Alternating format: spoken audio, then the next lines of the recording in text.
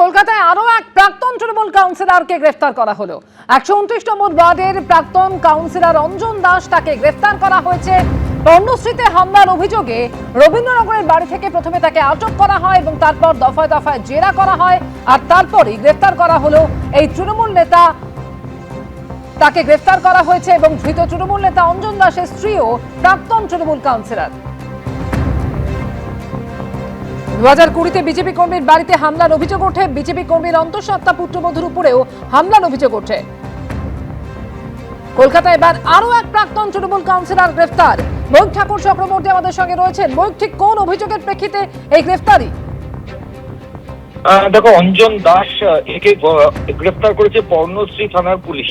2020 সালের 7ই আগস্ট সুশান্ত ঘোষ বলে একজন, তার অভিযোগের প্রেক্ষিতে পর্ণশ্রী থানায় একটা এফআইআর হয় এবং সেই এফআইআর ভারতীয় দণ্ডবিধি সেই সময় আইপিসি ছিল, তার জন্য 341 অর্থাৎ জোর করে আটকে রাখা, 323 মারধর, 324 মারধর, গুরুতর আঘাত, 506 হচ্ছে হুমকি এবং 114 যেহেতু অনেকে মিলে করেছেন এই ধারাগুলো ছিল।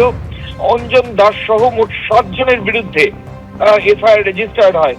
এরপর 15ই জুন 2021 তারিখে এটাকে mistakes of fact report, final report জমা পড়ে যায়।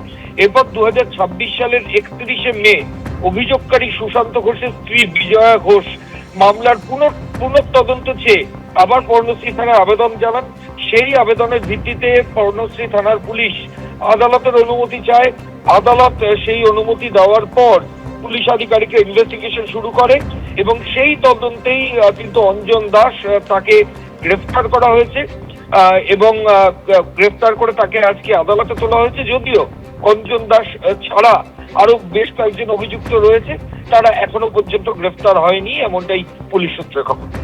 ধন্যবাদ মৈক। উনি যেহেতু বিজেপি প্রেসিডেন্ট, বুথ প্রেসিডেন্ট ছিলেন বলে আমাদের বাড়িতে দীর্ঘদিন ধরে ফোনের পর ফোন হুমকি করতো।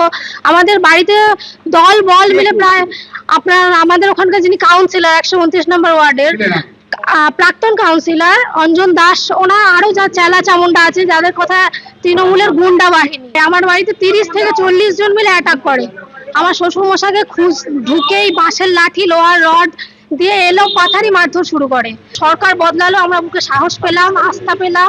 হ্যাঁ, আজকে সেই অভিযোগের ভিত্তিতে অ্যারেস্ট করেছে। এবিপি আনন্দ, এগিয়ে থাকে, এগিয়ে রাখে।